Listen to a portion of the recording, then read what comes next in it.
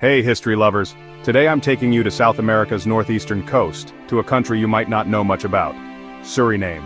In just 3 minutes I'll break down its complex, colorful story, from indigenous beginnings to independence, and everything in between. Ready? Let's dive in.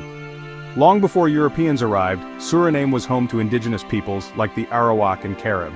They lived along the rivers, fished, farmed, and built rich cultures that thrived in the rainforest.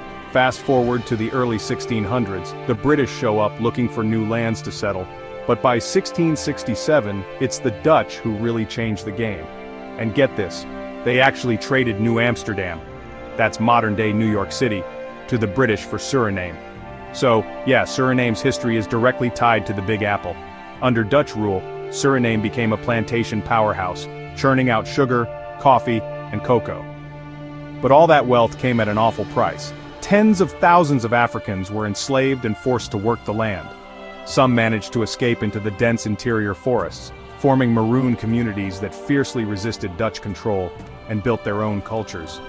Slavery was finally abolished in 1863, but, plot twist, many freed people were forced into contract labor for another decade. With slavery gone, the Dutch needed new workers for their plantations.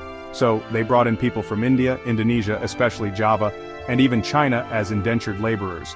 This kicked off a demographic mix unlike anywhere else in the Americas.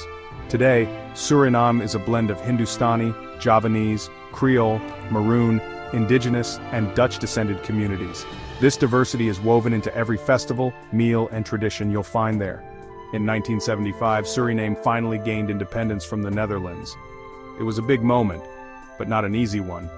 Many Surinamese left for the Netherlands worried about the country's future. Then, in 1980, a military coup led by Desi Bouterse threw the country into years of instability, human rights abuses, and even the tragic December murders of 1982. Since then, Suriname's had its ups and downs: democracy, authoritarian rule, economic struggles, and corruption. Today, Suriname is still finding its way.